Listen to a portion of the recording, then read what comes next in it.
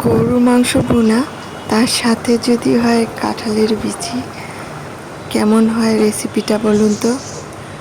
আজকে আমি যে রেসিপিটা আপনাদের সাথে শেয়ার করতে যাচ্ছি, এটা হচ্ছে কাঁঠালের বিচি আর আলু দিয়ে গরুর মাংস ভুনা।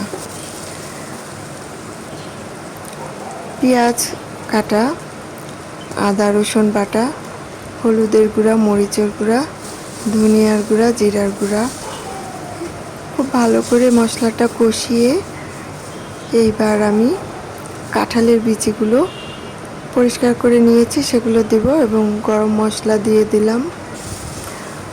কাঁঠালের বিচি খোসা ছড়িয়ে সেটার উপরে যে লাল আস্তরণটা থাকে, এটা রিমুভ করা অনেক কষ্টকর, তারপরও খেতে অনেক টেস্ট, তাই আর লোভ সামলাতে পারলাম না। কষ্ট করে হলেও কাঁঠালের বিচি পরিষ্কার করে তারপর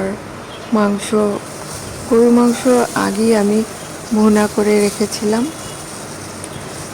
এটা মাংস কষিয়ে নর্মাল হলুদ মরিচ আর রসুন দিয়ে কষিয়ে নিয়েছিলাম।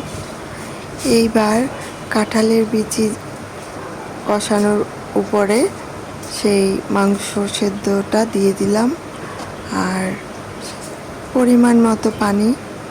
এবার ঢেকে রান্না করব যতক্ষণ না কাঁঠালের বিচিগুলো সেদ্ধ হয়।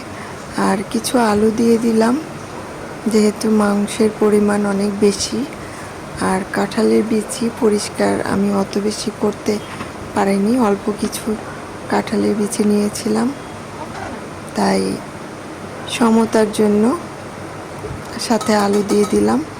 এইবার রান্না প্রায় শেষ পর্যায়ে জিরা টেলে গুঁড়ি করে দিয়ে দিলাম, এতে রান্নার স্বাদ অনেক বেড়ে যায়। আর কাঁঠালের বিচি একটা গন্ধ যে থাকবে সেটাও থাকবে না, যদিও থাকেও না। রান্নার পরে কাঁঠালের বিচির স্বাদ সবারই পছন্দ। এবার নামানোর পালা, তার আগে দেখে নিলাম হয়েছে কিনা সেদ্ধ। কমপ্লিট রান্না।